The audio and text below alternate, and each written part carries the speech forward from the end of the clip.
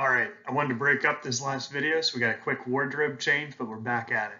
So in the second to last video here, we are going to continue our discussion of monetary policy, money, and banking, and transition from our discussion regarding banks throughout the economy to the central bank, to the Federal Reserve Bank. And we're going to prepare ourselves for this last video coming after this one, where we look at monetary policy. And to do that, we want to think about how the central bank, the Federal Reserve Bank, which is the bank for our government, interacts with other banks in the economy and with the government itself. All right, so this is going to be a relatively short video, but I want you to leave it being more familiar with the role that the Federal Reserve Bank plays in the economy. And so in the next video, we're going to look at what specific policies they can enact to fulfill this role. But in this video, we're kind of just going to prepare you for that discussion.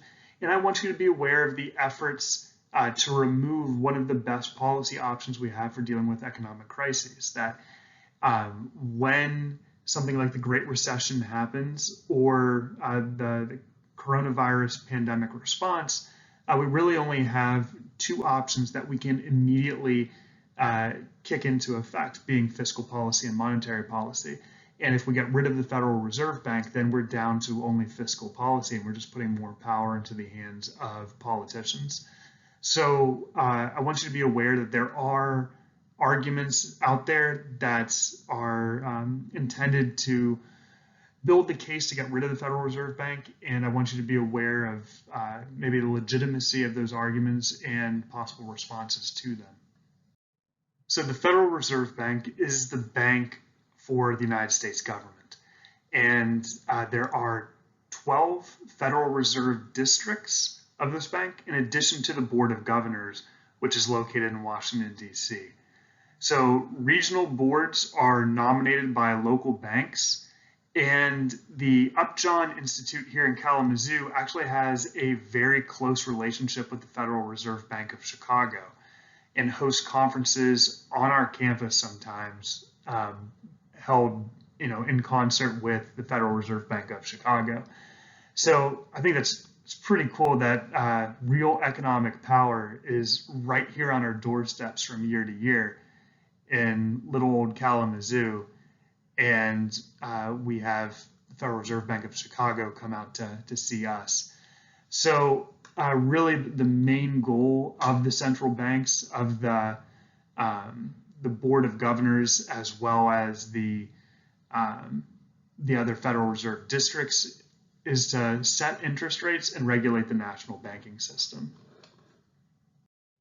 So specifically, we want the Federal Reserve Bank, which we're going to shorten now to the Fed, to promote stability of the financial system, to conduct monetary policy, and to provide banking services to commercial banks and to other depository institutions, as well as providing banking services to the federal government. And so in the slides to follow and the images to follow, we'll consider each of these in a little more detail. So when we talk about bank regulation, we talk about the role of the Federal Reserve Bank in protecting savings and financial system integrity by managing the risk which banks are involved in, and so, or which the banks take on. And so we can do this in three primary ways to limit the risk, limit the susceptibility, the vulnerability of banks to going bankrupt or not being able to meet a bank run.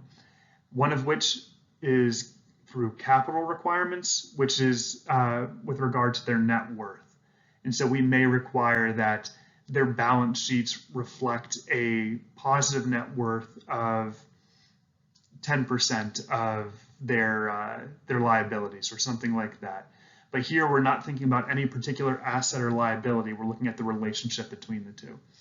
We may also have reserve requirements, and this is what we discussed in the previous video, talking about what percent of your assets a bank needs to keep on hand and uninvested as a way to meet a potential bank run, to meet the needs of depositors who may all be asking for their investments, their savings or checkings back at once.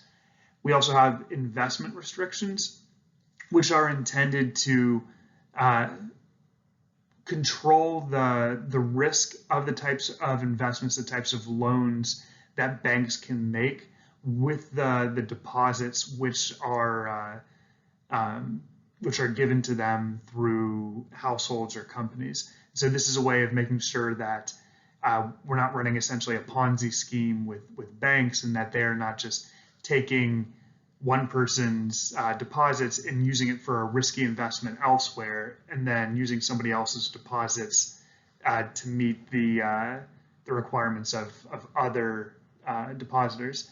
And so to prevent bank runs, the federal government issues a deposit insurance of up to $250,000, which we'll look at on the next slide here. You've probably heard about this if you have ever heard an advertisement for a bank on the radio or on television, and there's 4 little letters that are attached to the end of that advertisement which indicate this insurance. And the Federal Reserve also acts as the lender of last resort, which means that it provides emergency loans in banks of danger of failing. So this is a logo for a bank, which is covered by that insurance of the $250,000 for deposits. So even if there is a bank run, and we're talking about people being scared that the banks, if they don't get to the bank in time to withdraw their deposits, somebody else is going to withdraw their deposits, and the bank isn't going to have enough cash or financial capital on hand to be able to give your deposit back to you. And so when you see an advertisement for a bank, or on television, radio, or a logo like this, if you look for this member FDIC, or over here FDIC, that is going to be the federal deposits insurance. So that represents that if you invest in this bank, if you have savings there, checkings there, that you are guaranteed to be able to withdraw up to $250,000 should there be a financial calamity, or if you need your deposits back at a moment's notice. So just to provide a little bit more history on the Federal Reserve, the Federal Reserve Bank was founded in 1913 to avoid financial panics, that it wasn't initially part of the design of our economy or of our country. In fact, there were some of the founding fathers of our country which specifically wanted to avoid having a central bank.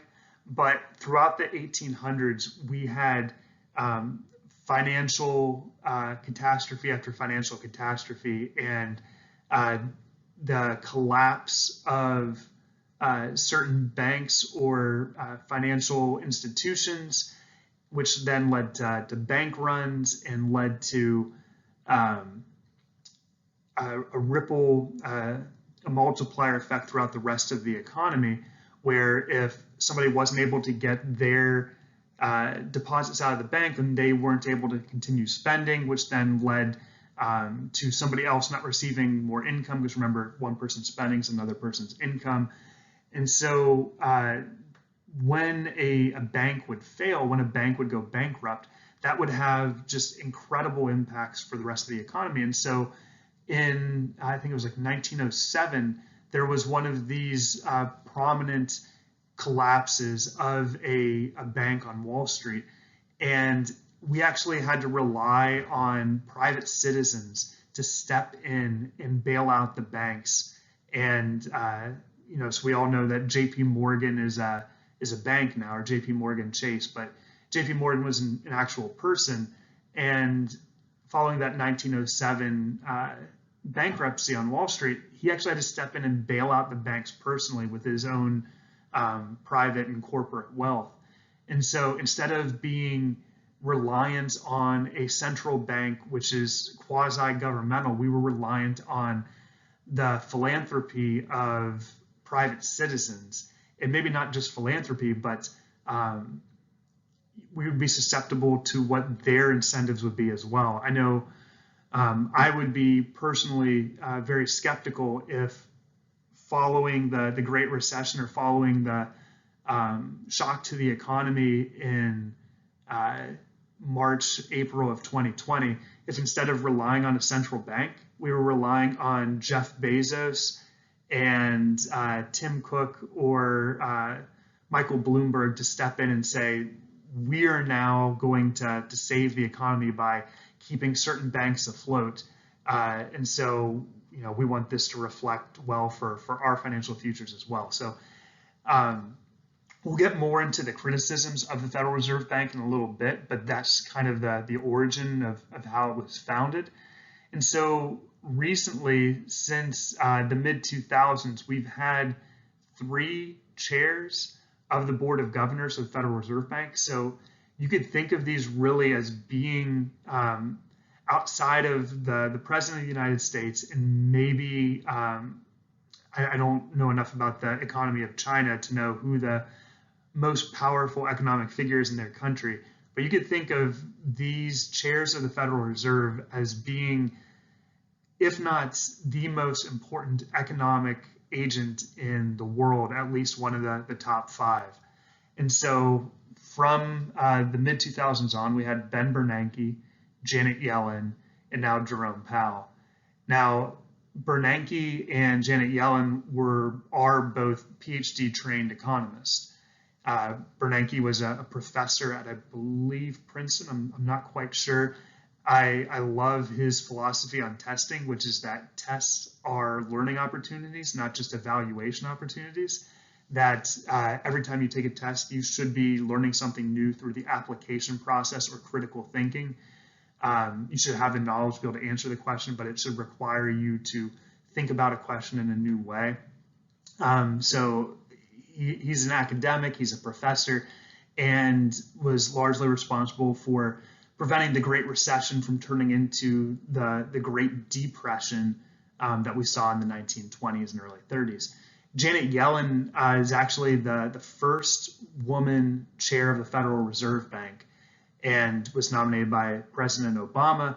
Her husband's actually a Nobel Prize winning economist as well, so that is just the ultimate economics power couple.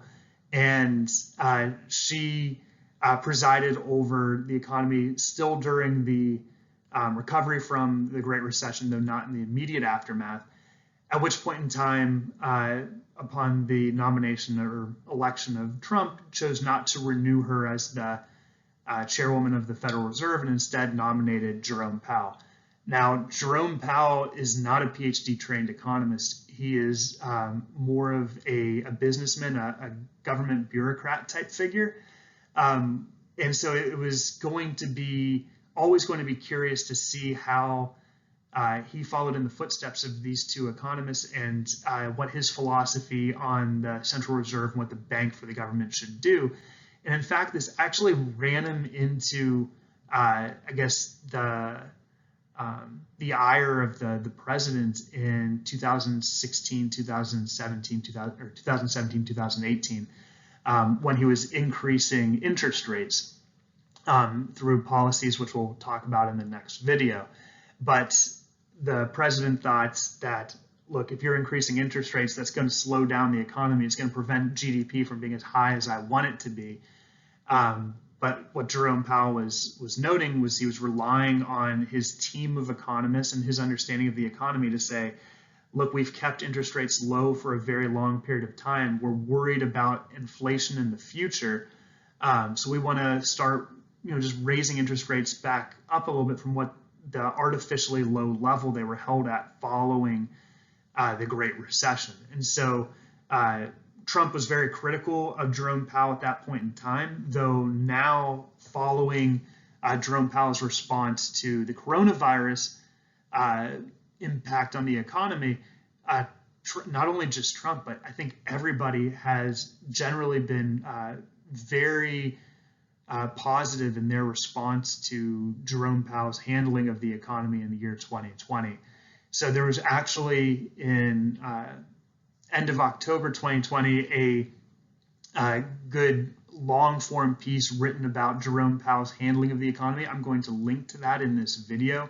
If you care to read it, you're not going to be tested on it, but it's a good way to learn a little bit more about not only the Federal Reserve, but the people that we entrust to run the Federal Reserve. And so there's a good little nugget in there, if you read down to the end, about Jerome Powell secretly being on Twitter. So this is kind of one of those reasons why this Twitter assignment isn't quite as absurd. Like, there actually is real power out there, which is Jerome Powell has a burner account, an anonymous account, kind of like Mitt Romney does, where they just lurk on Twitter and take in what other economists and other people are saying about the economy. And so there's this good little nugget at the end of this article, which I'll link to in the video, where Jerome Powell calls into his office one of the employees at the Federal Reserve Bank, actually one that we've talked about prior in this class, Claudia Somm, who's a graduate of my alma mater, Denison University, as well as a strong proponent for gender diversity and inclusive environments and economics. And while Somm has been very critical about economics as a whole and about the culture at the Federal Reserve at times, she's pretty much uniformly been very positive about Jerome Powell and all of her comments. And there's this point in the article where Powell calls Somm into his office and tells her, "Oh, looks like you've had a really busy day today. You've had a really positive day." And she says, "Yeah, I'm in your office. That's a big thing." And he tells her, "No, you got retweeted by Noah Smith, who's another economist."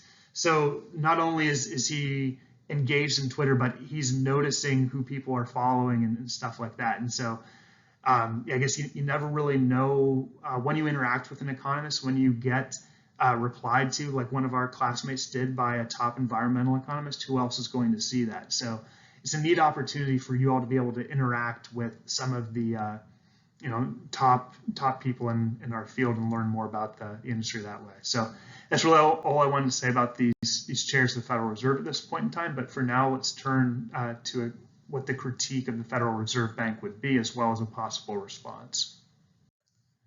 So as we stated earlier, there was that initial concern from the very founding of our country that if we had a centralized bank, there would be too much centralized power over the economy, and this would lend itself to corruption and to narrow sets of interest determining the economy for everyone else. So the problem with that is economics is in discipline which should be dictated by rational thinking, in which we should apply the rational rule, that we should make decisions that are cost benefit, that are made on the margin, which consider the opportunity cost. And so the opportunity cost of not having a centralized bank is that we have to think what we're giving up. We have to think what the alternative is. And the alternative to not having a centralized bank is to either set ourselves up for bank runs and financial collapse of particular banks in which people may have their life savings. And the other alternative may be that if we're going to prevent that from happening, we need to rely on private citizens. And once again, I'm not sure if we all want to have our economy be at the whims of a couple mega billionaires. So that's the alternative, and whether that's something that you're okay with, that's your call, but doesn't seem to be a superior option to a rational observer there.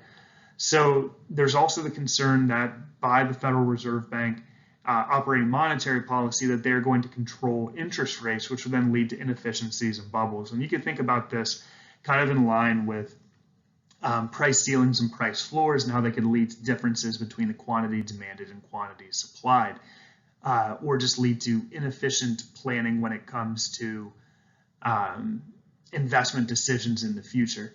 So, and this can lead to bubbles. It could lead to, if interest rates are too low, it could lead to people buying multiple homes, such as we saw leading up to the Great Recession and the housing crisis of the mid-2000s.